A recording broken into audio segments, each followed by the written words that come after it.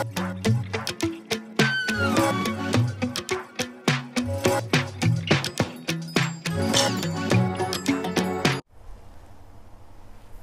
sejahtera Malaysia.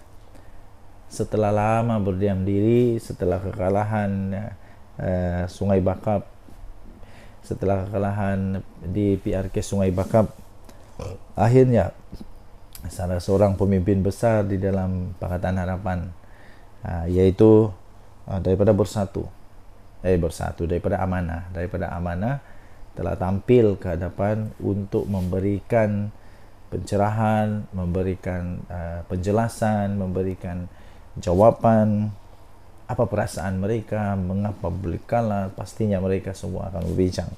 Jadi akhirnya Mak Sabu telah tampil dan memberikan sedikit komen. Amanah menghormati keputusan PRK Sungai Bakap dan menyeru supaya jentera perpaduan untuk terus diperkukuhkan. Ialah, terimalah keputusannya, kalah tetap kalah, menang tetap menang. Parti Amanah Negara, iaitu Amanah, menghormati keputusan pilihan raya kecil PRK Sungai Bakap dengan penuh tawaduk bahawa usaha berterusan akan digerakkan parti itu bagi mengukuhkan sokongan rakyat kepada kerajaan perpaduan. Kemudiannya beliau berkata, Amanah mengucapkan jutaan terima kasih kepada semua petugas-petugas parti di semua peringkat yang telah memberikan komitmen yang cukup jitu sepanjang tempoh berkempen. Jadi beliau berkata justru kesepaduan jentera perpaduan antara PH dan BN sedang dibina.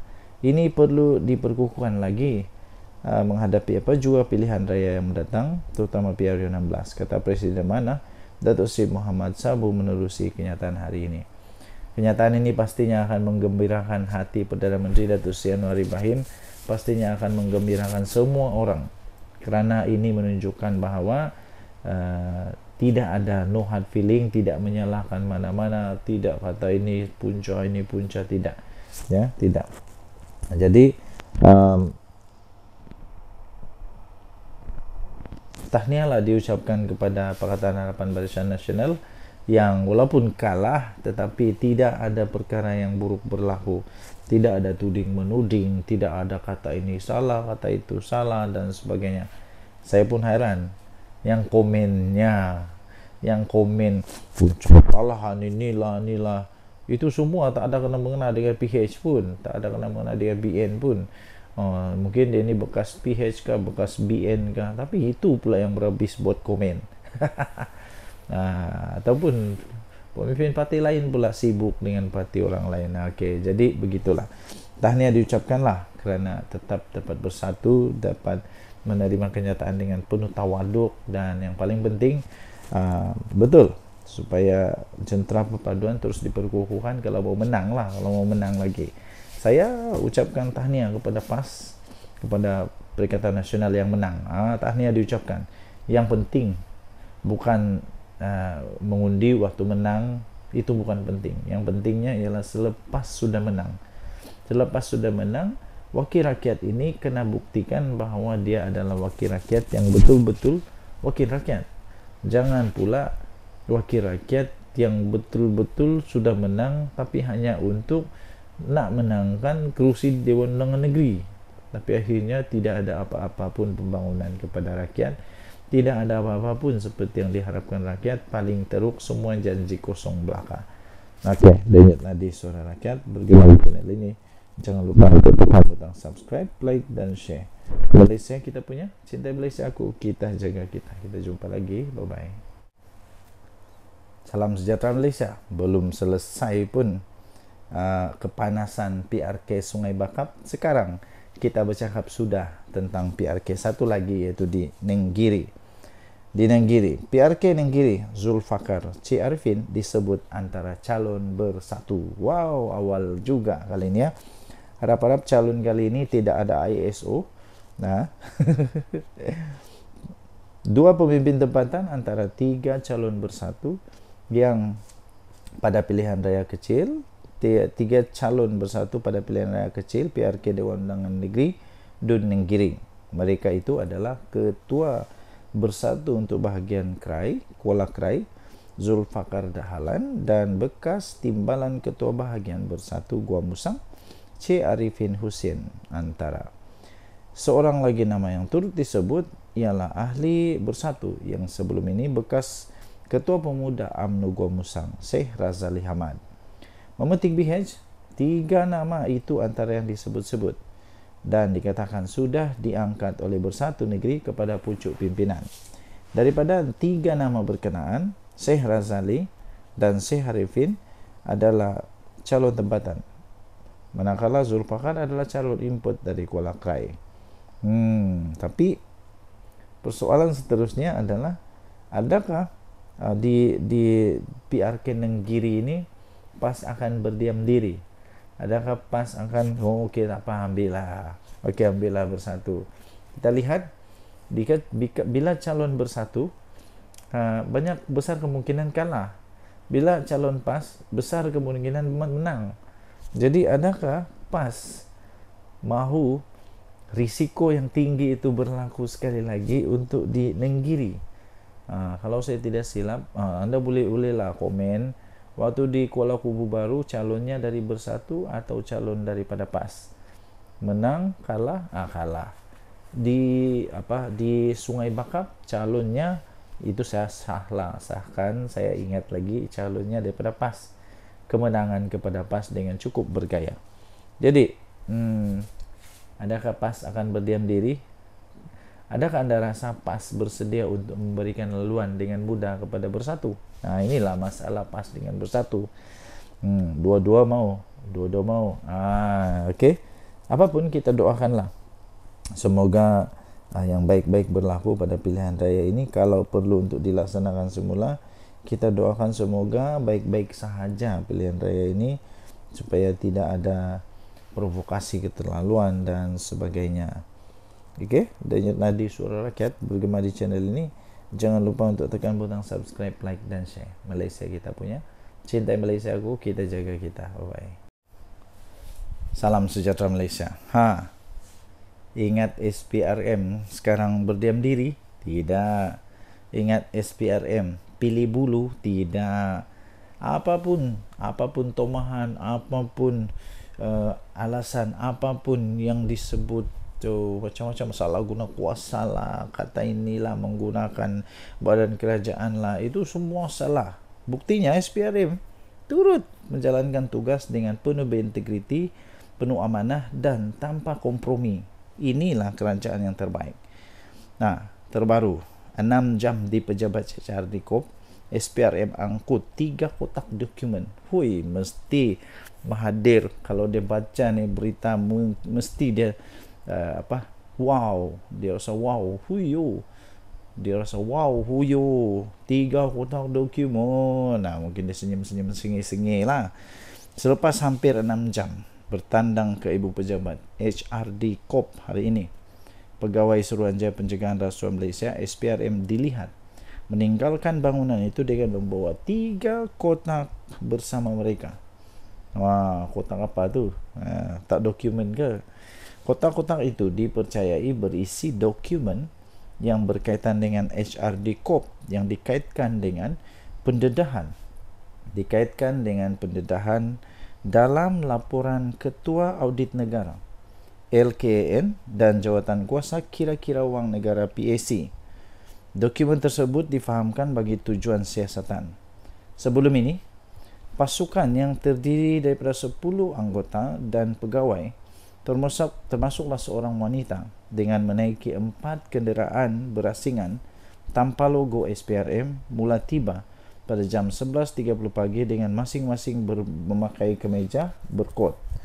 Pengarah bahagian siasatan SPRM, iaitu Datuk Seri Hishamuddin Hasim, dilaporkan berkata kehadiran penyiasat di 2 tempat terbabit bagi mendapatkan dokumen berkaitan untuk tujuan siasatan. PAC telah mendedahkan sejumlah RM3.77 bilion ringgit Malaysia hasil kutipan levy daripada majikan digunakan program latihan HRD Corp untuk melabur dalam pelbagai aktiviti pelaburan yang bukan matlamat penubuhan agensi itu. Jawatan kuasa itu turut mendedahkan berlakunya percanggahan dalam keterangan yang membabitkan dua pegawai kanan pembangunan sumber manusia berhad HRD Corp berhubung pembabitan syarikat pengurusan acara yang sebelum ini dikatakan milik Ketua Pegawai Eksekutifnya Datuk Sahul Hamid Sheikh Daud. Siapa beliau? Nanti kita tahulah juga. Lama-lama kita tahu. Tapi yang pasti terbaik kepada SPRM yang menjalankan tugas. Saya percaya tidak lama lagi Malaysia akan naik dengan sangat hebat, dihormati oleh seluruh dunia, dan saya percaya kita doakanlah terus Malaysia supaya satu hari nanti betul-betul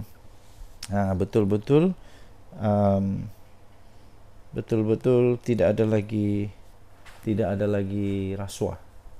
Saya pun sudah cukup bosan dengan perkataan rasuah nih. Kenapa lah orang-orang nih tidak pandai berhenti berasuah? Sudah kaya masih berasuah. Tidak cukup lagi kah dengan kekayaan? Kalau tidak cukup, buatlah bisnes. Kenapa perlu rasuah-merasuah? Buat bisnes yang betul. Saya percaya semua itu ada hukuman. Kalau tidak dapat di dunia, dapat di akhirat. Apa pendapat anda? Jenis anda Suara Rakyat bergema di channel ini. Bye. Salam sejahtera Malaysia. Denyut nadi Suara Rakyat bergema di channel ini. Teruk-teruk kerajaan ni pun tak pernah sakau tau. Tak pernah ada sakau menyakau. Sampai sekarang belum ada cerita, belum ada bukti, belum ada fakta, belum ada kabar angin, belum ada apa-apa pun yang boleh dikatakan bahwa ada kes sakau-mensakau. Tak ada. Inilah kerajaan yang terbaik di dalam menghalang sakau-mensakau. Kerajaan-kerajaan sebelum ni, alamak, minta maaf, tapi ini faktanya. Sudah ada bekas Perdana Menteri yang kena penjara. Sudah ada bekas Perdana Menteri yang sedang merayu sekarang kerana terlibat dengan kes salah guna kuasa 200 juta dan sebagainya. Sudah ada bekas Perdana Menteri yang sekarang ini disiasat kekayaan anak-anaknya. Sudah ada. Tapi cabaran kerajaan perpaduan yang penting tiada kes sakau. Betul sangat tu. Yang penting tiada kes sakau. Banyak double whammy, dua keadaan buruk wujud pada masa sama kerajaan perpaduan yang sudah 20 bulan ini. Saya beri perspektif. 1. PH menang PR15 dengan 38 undi popular berbanding PN 30%. Walaupun lagi popular dari PN, PH masuk memerintah negara dengan populariti kurang 50% rakyat Malaysia. Itu cabaran besar sebagai kerajaan. Masuk jadi kerajaan pula, mereka terpaksa ambil tindakan tidak popular untuk rakyat, tetapi baik untuk negara, seperti penyesaran subsidi dan memecahkan monopoli. Ini double whammy yang pertama. Sesudah menang, tidak berapa popular berbanding kerajaan BN yang dapat 2/3. Nak kena pula buat polisi yang memang lagi tidak popular. Itu mencegah kecaman juga. Menagih kecaman juga. Nombor 2, dari segi undi Melayu, PH dapat tidak sampai pun 15%, manakala rakan gabungan BN dapat 32%. Kombinasi dapatlah mereka 47% berbanding PN 53%. Kerajaan perpaduan ini banyak bergantung harap kepada undi bukan Melayu yang terdiri daripada 42% populasi rakyat Malaysia. Itu yang buat mereka bertahan jua. Mereka mengharapkan UMNO untuk bawa undi Melayu, tetapi tidak jadi begitu. Apabila presidennya memecat hampir separuh pemimpin warlord UMNO, orang Melayu yang feudal ini mengikut juga. Yang tinggal dalam UMNO hanya geng Zahid Hamidi. Warlord UMNO lain sudah keluar. Ini double whammy kedua. Sudahlah kerajaan perpaduan memerintah kurang undi Melayu. Rakan sekutu pun kurang membantu ke arah itu. Apabila ramai warlord pula lari ke bersatu. Nakkan undi Melayu sebagai penduduk majoriti, kerajaan perpaduan kena ada tokoh sendiri. Dalam berpolitik, orang Melayu ini masih feudal. Mereka perlu ada tokoh yang mereka nak pajak otak. Pembesar-pembesar Melayu yang mereka boleh takzub dan suka gila kepadanya.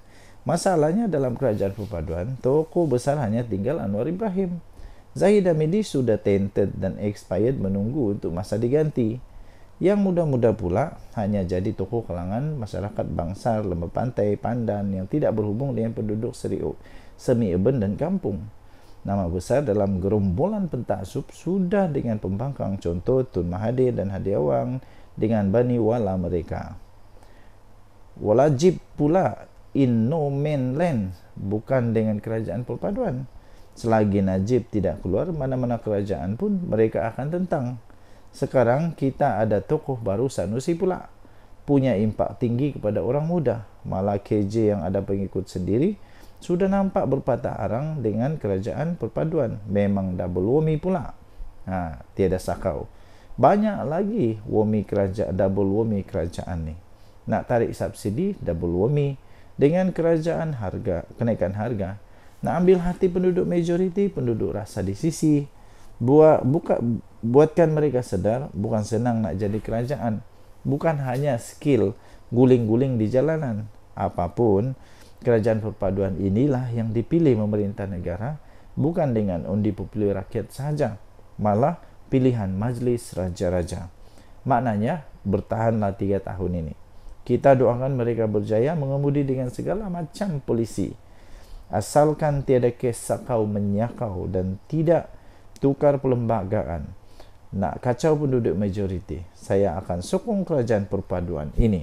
Lovely to the country always, lovely to the government only when they deserve it. Setakat ini, kita sokong lagi. Kalau hawk ke laut dalam PRU 16, kita cari ganti. Itu ditulis oleh siapa? Ditulis oleh Liana Marzuki.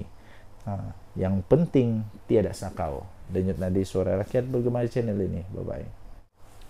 Salam sejahtera Malaysia. Denyut nadi suara bergema di channel ini. Ya, tuan-tuan dan puan-puan yang dihormati sekalian. Sekali lagi, Datuk Seri Anwar Ibrahim, Perdana Menteri Malaysia, berjaya membuatkan mulut-mulut busuk pembenci kepada Datuk Seri Anwar Ibrahim, Perdana Menteri Malaysia yang hebat ini, terkunci, terbisu dan baguslah, bertobatlah, janganlah buat fitnah lagi. Gini, Datuk Seri Anwar Ibrahim sendiri dengan beraninya mengatakan bahawa tindakan disiplin terhadap menteri-menteri yang menggunakan jentera kerajaan ketika berkempen akan dikenakan tindakan disiplin. Ada Perdana Menteri lain yang berani cakap beginikah?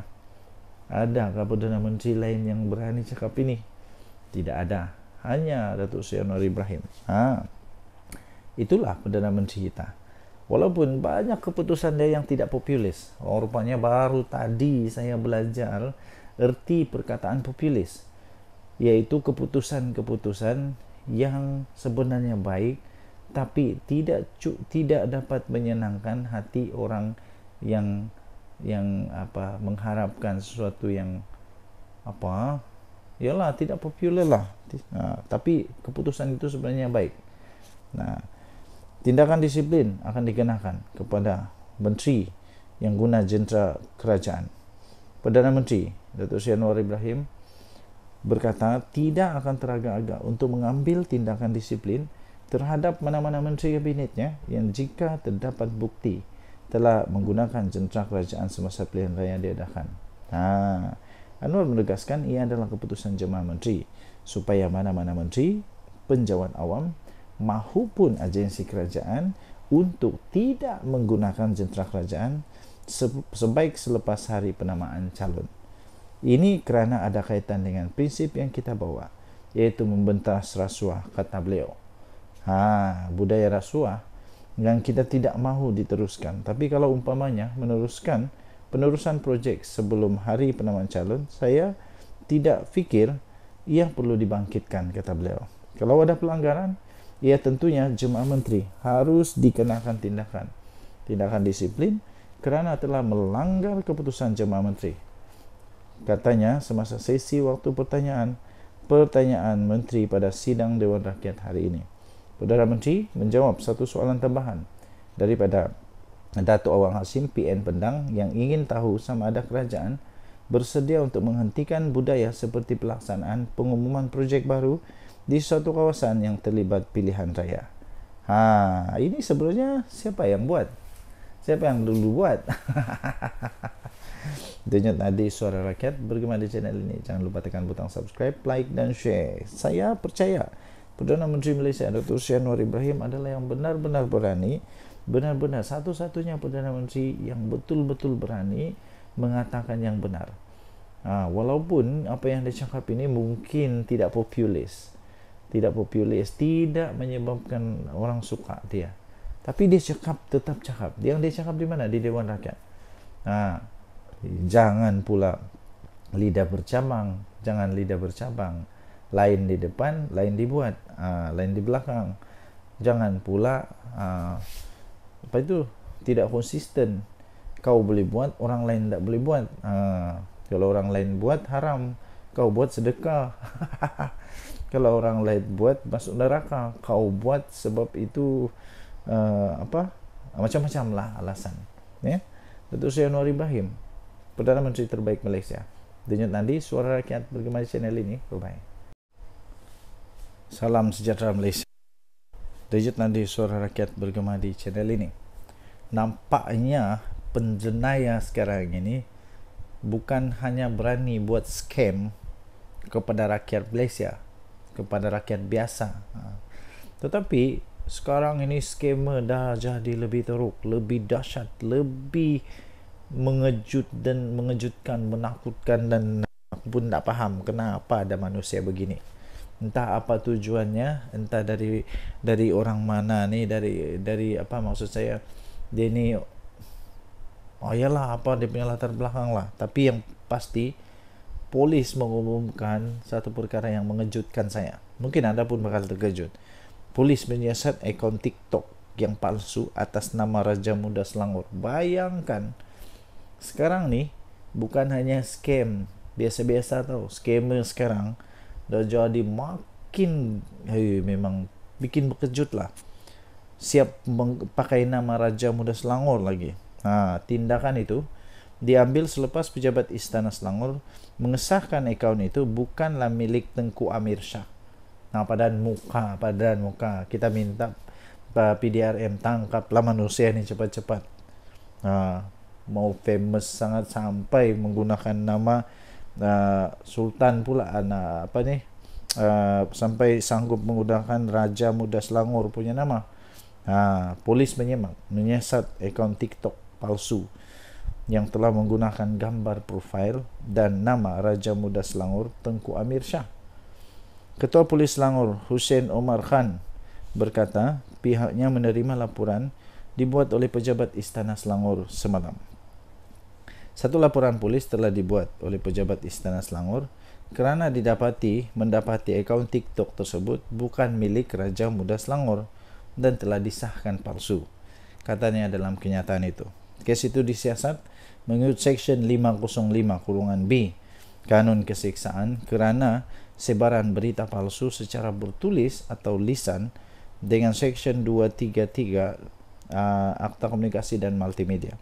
Orang ramai yang mempunyai maklumat diminta untuk menghubungi pegawai penyiasat kanan jenayah Mad Anwar Mad Amilah di talian 0192255597 bagi membantu siasatan. Terbaik PDRM. Jangan saja lepas ni sekali pula kena tangkap, rupanya terlibat dengan politik. Sekali pula kena tangkap, rupanya dia ini orang politik kepada si Anu dan si Anu. Rupanya ini untuk macam-macam lah. Jadi tuan-tuan dan puan yang dirahmati sekalian, kita rakyat di Malaysia, kita sudah diajar sejak dari bangku sekolah rendah tadika lagi untuk menghormati kedaulatan raja-raja kita, menghormati segala-gala yang perlu dihormati. Jadi jangan jadi cari masalah pula. Bagus-bagus tidak masalah, cari masalah. Kenapa suka sangat ada masalah? Saya pun heran tau. Saya pun heran ada masalah.